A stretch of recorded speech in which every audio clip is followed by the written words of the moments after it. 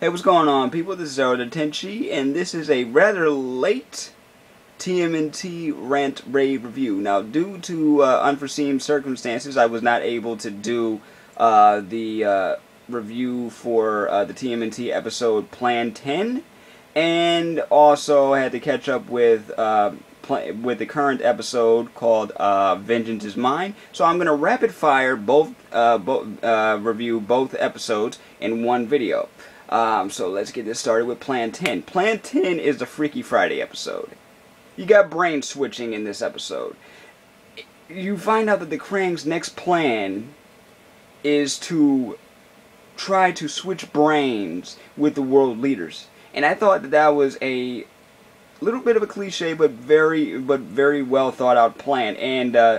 And while this is, while they're testing out their new machine, the Turtles have already infiltrated TCRI and are trying to stop them. While this happens, stuff ensues. You got Raphael in the middle of a fight with a Krang droid, switches the brain with the Krang, and he's stuck in a Krang body that's inside of a human android body, and it's kind of funny. He's trying to figure out the mannerisms. He's trying to stay incognito. It's not really working all that well, but now that he's infiltrated the Technodrome, because they bring him back to the Technodrome, he finds out more about what their plan of attack is.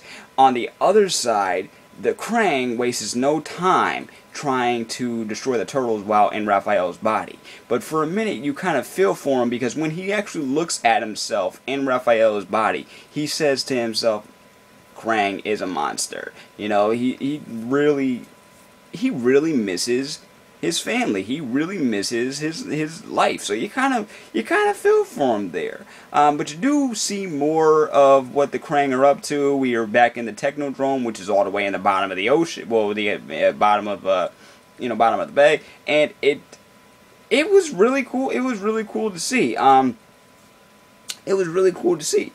On the other side, well, kind of on the other side of things, April and Casey make an appearance. Casey is watching the Robo-Mecha anime that the Turtles have been watching, and he says, and he's asking where the subtitles are, because he hates dubbed anime. My goodness gracious, I know people of all ages some who like subtitles when it comes to anime and foreign films, and those who absolutely hate it because they don't want to watch and read at the same time, and some that feel as if we've done a bad job dubbing a lot of stuff, so they don't like dubbing, they like subs. I mean, it's the whole sub versus dub argument right there. But I'm like, man, he's a purist.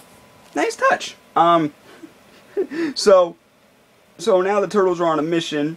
Now the Turtles are on a mission to rescue their brother, and they use the Turtle sub to get to the Technodrome, and they run into the Loch Ness monster-looking creature that was brought over by the Krang from Planet X, and we all know it has a crush on the Turtle submarine. So that happens, and they get away from it. They get into the Technodrome. Fighting ensues. They find out what happened to Raph, and we see Raph in the Krang droid body fighting with Giant Sai. And at one point, he's fighting the Krang that's still in his body. He's like, I can't stab myself. I'm like, okay, nice. Okay, this was a very funny episode. But the most important part of this whole thing is the fact that we find out what the next plan of attack is for the Krang, and that the Turtles have an idea. There's going to be a giant turtle mecha inspired by the Super Robo Mecha anime that they've been watching. So I can't wait to see what happens with that. Let me know in the comments below what you thought of that episode. Now, on to the current episode, Vengeance is Mine. This is a very Karai-centric episode. She finally tries to escape the Shredder, like we've seen her do. She's had a very good, not all that thought out escape plan. I mean, she gets into it with Tiger Claw. For a minute, it looks like Tiger Claw has the upper hand, but she gets away from him. The Turtles come and rescue her. That were not exactly Splinter's wishes, but Leonardo, of course, having a little crush on Karai, and the fact that he believes that, that now that she knows the truth, she'll switch sides, which is what's going on. She confronts Shredder because Shredder's like, "Why are you doing this to me? I raised you. I'm your father." She's like, "You are not my father." And this is a very very dramatic and kind of cinematic, dark episode, and well thought out. The tone was awesome. You see everything from the turtles rescuing Karai to Karai realizing what she missed, growing up without her real father. And we also get to see more of the backstory. Come to find out, Orokosaki, aka Shredder, was raised by the Hamato clan, which Yoshi, aka Splinter, was a part of. He was raised by them. He was adopted by them. So him and Hamato, Hamato, Yoshi, and Orokosaki, they were raised as brothers. When Orokosaki finds out that he's not really a part of the Hamato clan but part of the Foot clan, that's when things start going awry. They have they have that fight between they have that fight over Tang Shin. This gets brutal because she dies in the middle of their fight, and then Shredder burns their house down, steals Karai. I'm like, whoa, this has gotten really deep, really fast. I was not expecting them to go there, especially for an American TV show, but I'm glad they did. I'm really glad they did. Not to, you don't see anything graphic, of course, but you do know that stuff went down instead of them sugarcoating it. So I enjoyed the heck out of that. When Karai finally gets to fight the Shredder, he knew that this was going to happen.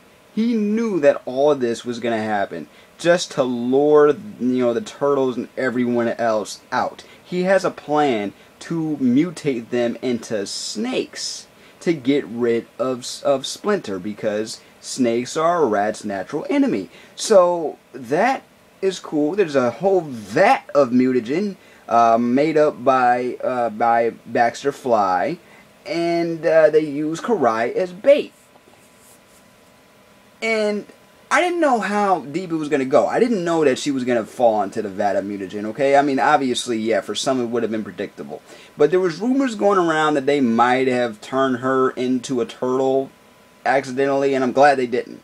Because people were speculating online and some websites I would go on that maybe she would be the next Venus, or the next Venus, or the next Venus de Milo, or the next Shinobi. So it's I'm so glad they didn't. I'm really glad they didn't do that. But what she ends up turning into, this snake with two snake heads for hands. Whoa! Almost eats Shredder. Almost ends up devouring him, but comes to her senses and transforms into what she used to look like, only a little more like snake-like. She can shapeshift. I think that had something to do with Baxter Stockman's concoction that he had put into the mutagen along with the snake DNA. So now she has shapeshifting abilities, and I thought that was pretty cool. But what is this going to lead up to? I mean, where's she going to go? I mean, what's her next move now that she's mutated? What's that? And this had to hit Splinter hard because he watched it all go down. He was part of this entire episode. The fights, everything. It was just, oh man, I hope that something good comes of this. I really do. This arc has been amazing so far. I just really want to know how far they're going to take this. Anyway, let me know in the comments below what you thought of both of those episodes, Plan 10 and Vengeance is Mine. So once again, I'm sorry that both of these reviews were late, but if you would like to, go right ahead, leave a comment, subscribe, share the video, check out the official TMNT playlist for more reviews as well as movie news. And I will catch y'all on the next video. Peace, love, and never be normal.